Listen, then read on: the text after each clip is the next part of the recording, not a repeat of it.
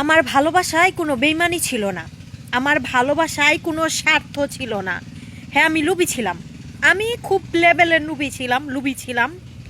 কারণ আমি তোমাকে পাওয়ার লুপ করতাম, তোমাকে পাওয়ার আমার অনেক লুপ ছিল, তোমাকে ভালোবাসার আমার অনেক লুপ ছিল, তোমার সাথে থাকার আমার অনেক লুপ ছিল, তোমার সাথে একটা সংসার করার আমার অনেক লুপ ছিল। তাছাড়া আমার কোনো লুপ ছিল না।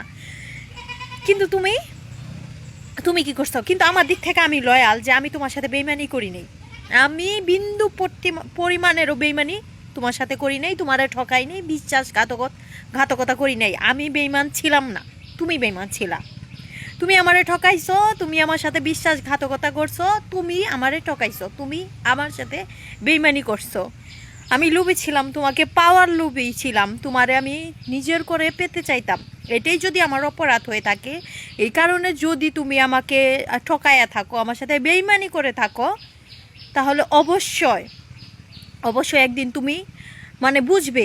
আসলে আমি তোমাকে বুঝাইতেই পারি নাই ভাই, আমি তোমারে বুঝাইতেই পারলাম না যে আমি তোমারে কতটা ভালোবাসছিলাম, কতটা চাইছিলাম। আমি তোমারে বুঝাইতেই পারলাম না এই জিনিসটা। তবে যা করছো ভালো করছো। একটা কথা মনে রাখো, যে উপর একজন আছে, ইনি কিন্তু সব জানে, সব দেখে, আমার হোক বা তোমার হোক বা অন্যের হোক, সে কিন্তু সঠিক সময় সঠিকভাবে সবার বিচারটা করে। এটা তুমি ভুলে যাও না। উপরওয়ালাকে তুমি অস্বীকার করো না, আর তুমি তো কোরআনকেই অস্বীকার করো, তুমি আল্লাহর কালামকেই স্বীকার করো না। যাই হোক, উপরে কিন্তু একজন আছে, এটা ভুলে যাও না, এটা মাথায় রাখো, এটা মাথায় রাখো। উপরে একজন আছে, সে কিন্তু সঠিক সময় অবশ্যই বিচার করবে। এই যে তুমি আমারে ঠকাইছো, চরম লেভেলের ঠকাইছো, চরম লেভেলের ঠকাইছো, এর বিচার অবশ্যই উপরওয়ালা করবে। একদিন একদিন একদিন একদিন এর বিচার অবশ্যই করবে। আমি তোমার কোনো দিন ক্ষমা করবো না।